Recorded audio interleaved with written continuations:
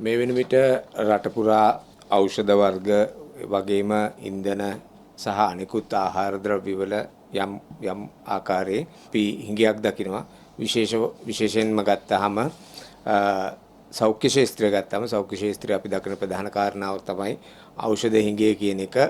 ඖෂධ හිඟය පෞද්ගලික අංශයට වගේම රාජ්‍ය අංශයේත් මේ වෙන විට බරපතල ලෙස අපි දකින කාරණාවක්. ඉතාමත්ම අඩුවෙන් තමයි මේ රෝගීන්ට හම්බෙන්නේ. ඒ වගේම අපිට පේන තියෙන කාරණාව තමයි ඖෂධ කියන මේ දේ අත්‍යවශ්‍ය කාරණාවක් වුණත් හරියාකාරව ජනතාවට ලබා ගැනීමේ දැඩි අපහසුතාවයක් තියෙනවා.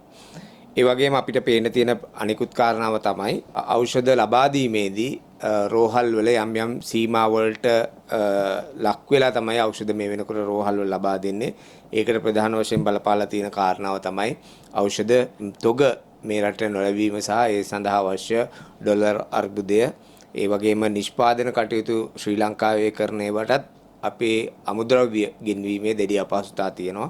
ඒ හින්දා මේ වෙනකොට අපිට ප්‍රධානතුම් තියෙන කාරණාවක් තමයි ඖෂධ ගෙන්වා ගැනීමේදී සහ ඖෂධ ජනතාවට ලබා දීමේදී දැඩි දුෂ්කරතාවයක් රජයටත් සෞඛ්‍ය අමාත්‍යාංශයට තියෙනවා.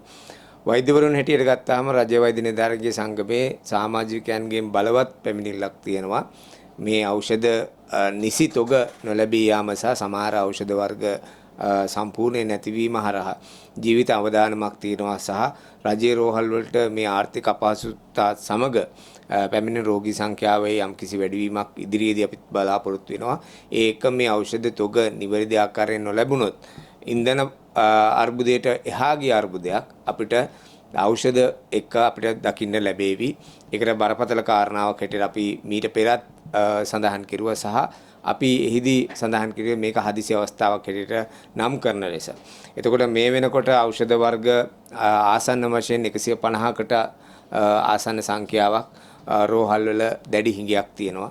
ඒ වගේම ප්‍රධාන වශයෙන් ජීවිත ආරක්ෂක ඖෂධ සහ අත්‍යවශ්‍ය ඖෂධ කියන ඒවායේ 10ක් 15ත් අතර සංඛ්‍යාවක් මේ වෙන විට ලයිස්තුගත කරලා තියෙනවා. ඊටාත්ම දැඩි හිඟයක් තියෙනවා කියන එක. මේ හිඟය නැත්තම් මේ ඖෂධ වර්ග දැන්ට තියෙන ප්‍රමාණ වලින් තියෙන්නේ ඊටාම සුළු කාලයකට. ඒ කියන්නේ සති කිහිපයක් ඇතුළතදී මේවා සම්පූර්ණයෙන්ම නැති වී යාමේ හැකියාවකුත් තියෙනවා.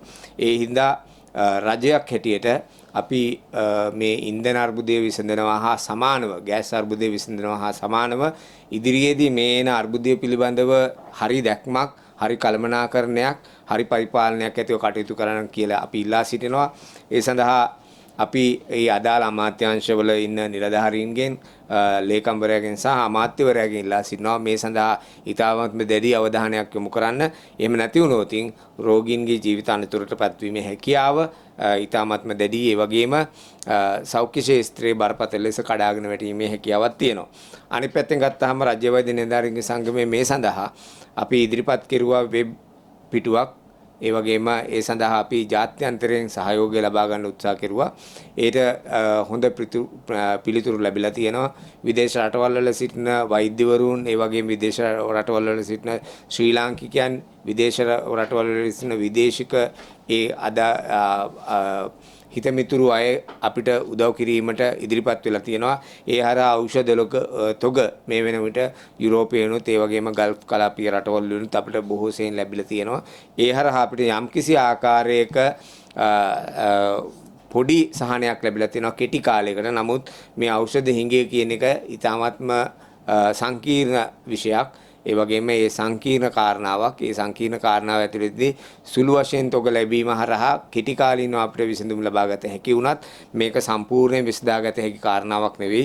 ඒ හින්දා අපි නිරන්තරයෙන්ම නැවත නැවතත් විදේශ රටවල් වල ඉන්න අපේම ශ්‍රී ලාංකිකයන්ුත් සියලුම ජනතාවගෙනුත් ඉල්ලා සිටිනවා මේ ඖෂධ සඳහා රජයට කෙසේ වෙතත් මේ රටේ ඉන්න පුරවැසියන්ට උදව් කරන්න.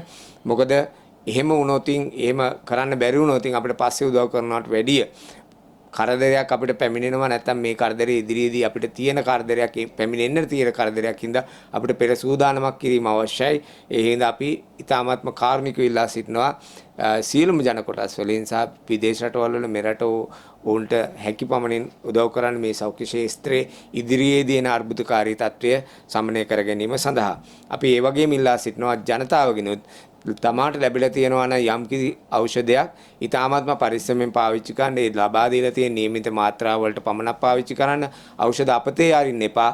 ඖෂධ ගබඩා කළ යුතු ස්ථානවල හරියාකාරයෙන් ගබඩා කරගන්න. ඒ ඖෂධ මීට වඩා පෙර තිබුණට වඩා පරිස්සමෙන් පාවිච්චි කරන්න. තමාට වැඩිපුර ඖෂධ තිබුණොත් ඒ ඖෂධ පරිස්සමෙන් තබා ගන්න. ඒක වෛද්‍යවරයෙකුට ඉදිරිපත් කරලා ඒ ඖෂධ පාවිච්චි කරන්න පුළුවන්ද බැරිද කියන කාරණාව අහලා ඒ උපදේශ අනුව කටයුතු කරන්නේ. නැත්නම් අපි දකිනවා සමහර වෙලාවට අපේ ඉන්න ක්ලිනික් නැත්නම් සායනවල ඉන්න වැඩිහිටියන්ට දෙන ඖෂධ බොහෝ සෙයින් ඔවුන් ඉවත දමනවා. ඉතින් ඒ ඉවත දමන්න එපා. මේ වෙලාවේ තාමත්ම දුෂ්කර කාල සීමාවක් අපි ගත කරන්නේ. ඒ හින්දා ජනතාව හැටියට තමම වගකීමෙන් කටයුතු කරන්න සහ මේ හැම පෙත්තක්ම අපි පරිස්සමෙන් ආරක්ෂා කරගත යුතුයි. මොකද මේ වෙලාවේ අපි ඉන්නේ ඊ타ත්ම දැඩි අවදානම් සහ බරපතල ස්ථානයක. ඒ හින්දා නැවතත් අපි ඉල්ලා සිටිනවා මේ සඳහා අවශ්‍ය යොමු කිරීම, මේ සඳහා අවශ්‍ය පරිපාලන කටයුතු ඊ타ත්ම කාර්යක්ෂමව කාලරාමුවක් ඇතුළත සිදුවිය යුතුයි. මොකද ඒ කාලරාමුවෙන් පිටත ඇනෝම් කරන්න ගියොත් එහෙම තෙල් තුග ලැබෙනවා වගේ ප්‍රමාද වුණොත් එහෙම අපිට මේ සඳහා වන්දි ගෙවන්න වෙන්නේ ජීවිතවලින්.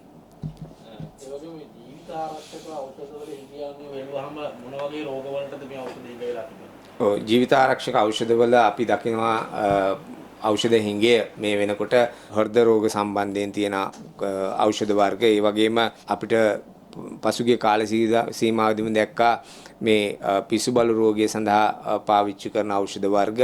ඒ වගේම වේදනානාශක ඖෂධ වර්ග.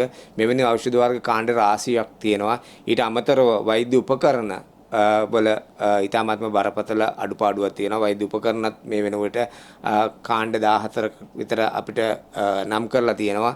මේ උපකරණ වල හිඟයක් තියෙනවා කියලා. වෛද්‍ය උපකරණ කිව්වට ඒ උපකරණම නෙවෙයි, සමහර වෙලාවට මේ සඳහා පාවිච්චි කරන විවිධ උපාංග වල අඩුවක් තියෙනවා. ඒ උපාංගත් අපිට මේ අවස්ථාවේදී ලබා ගැනීමේ දැඩි අවශ්‍යතාවයක් තියෙනවා.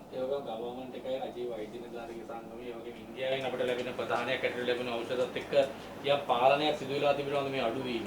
සමහර ඖෂධ තොග ලැබීමත් එක්ක අපිට යම් ඖෂධවල සහනයක් තියෙනවා. මොකද ඒ සහන කාල සීමාවකට කියන්නේ අපිට ලැබිය යුතු තොග ලැබෙනකන් නැත්නම් මිලදී ගන්නකන් අපිට හදිසි අවස්ථාවලදී ප්‍රයෝජනෙට ගත හැකි වන පරිදි මේ ඉන්දියානු ණය සහන ක්‍රමයේ යටතේදී සහ අනිකුත් මානුෂීය ආධාර යටතේදී ලැබිලා තියෙන ආධාරවලින් අපි හිතනවා යම්කිසි ආකාරයකින් සහනයක් ලැබෙවි කියලා. නමුත් මේක නිත්‍ය විසඳුමක් නෙවෙයි. මේක తాවකාලික පැලැස්තරක් පමණයි.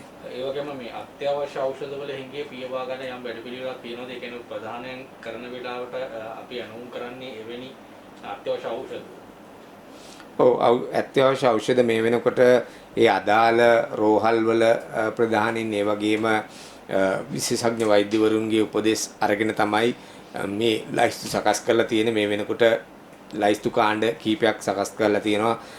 අත්‍යවශ්‍ය සහ මේ වෙලාවේ ඊටාත්ම බැරෑරුම් තත්ත්වයක තියෙන ඖෂධ වර්ග මේ වෙනකොට රතු ලයිස්තුවකුත් ඒ වගේම නිල් ලයිස්තු සහ කහ ලයිස්තු වශයෙන් ලයිස්තු කීපයක් හදලා තියෙනවා. ඉතින් මේවා ප්‍රමාණය කල්ලිකුත් වීම සහ මේවා අවශ්‍යතාවය අනුව තමයි මේ ලයිස්තු සකස් කරලා තියෙන්නේ.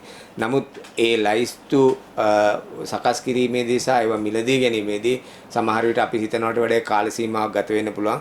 සමහර ඖෂධ වර්ග නිෂ්පාදනය කරන්න පටන් ගන්න අපි ඒ ඖෂධ සමාගම් වලට අදාළ මුදල් ගෙවීමෙන් පස්සේ ඒ සඳහා සාමාන්‍යයෙන් සති 8ක් සති 10ක් විතර කාලයක් ගත කරනවා ඒ ඖෂධ නිෂ්පාදනය කරන්න.